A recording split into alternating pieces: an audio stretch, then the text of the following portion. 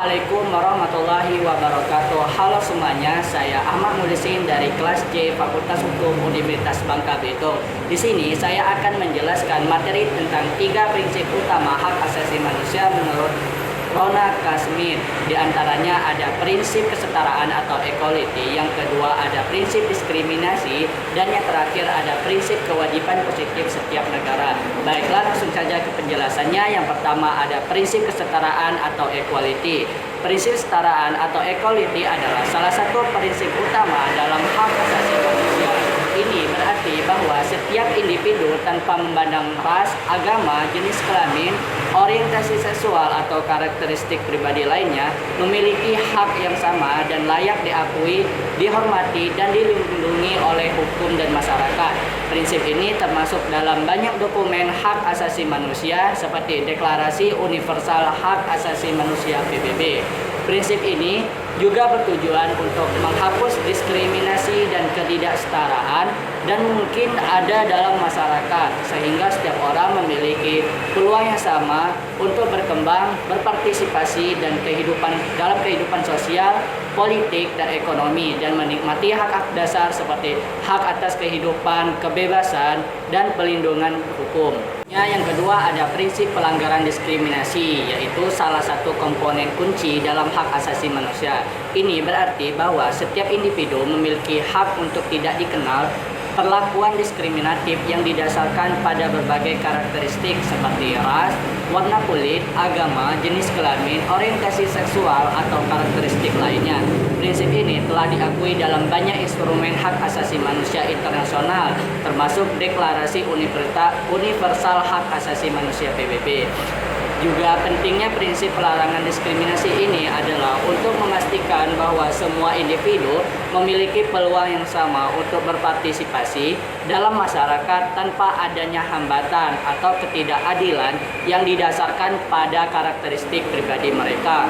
Ini juga berarti bahwa hukum dan kebijakan harus dirancang sedemikian rupa sehingga tidak mendiskriminasi individu atau kelompok tertentu, dan mereka harus memberikan perlindungan terhadap diskriminasi yang mungkin terjadi. Prinsip ini juga mendukung penciptaan masyarakat yang lebih adil, inklusif, dan menghormati martabat setiap individu tanpa harus memandang karakteristik apapun yang dimiliki oleh mereka. Yang terakhir ada prinsip kewajiban positif setiap negara. Dalam konteks HAM, mengacu pada tanggung jawab aktif yang harus diemban oleh pemerintah atau negara untuk melindungi dan memastikan hak-hak asasi manusia warga negaranya. Ini mencakup tindakan positif yang harus diambil oleh pemerintah untuk mempromosikan, melindungi, dan memenuhi hak-hak tersebut. Beberapa contoh kewajiban positif negara dalam hak asasi manusia yaitu yang pertama ada melindungi hak-hak individu. Negara memiliki kewajiban untuk melindungi warganya dan dari pelanggaran hak asasi manusia oleh pihak ketiga, baik itu individu atau entitas lain. 2. Memberikan akses ke layanan dasar. Negara harus memastikan bahwa warganya memiliki akses yang memadai ke layanan dasar seperti pendidikan, perawatan, kesehatan, air bersih, dan perumahan yang layak. Dan yang ketiga yaitu promosi hak-hak individu.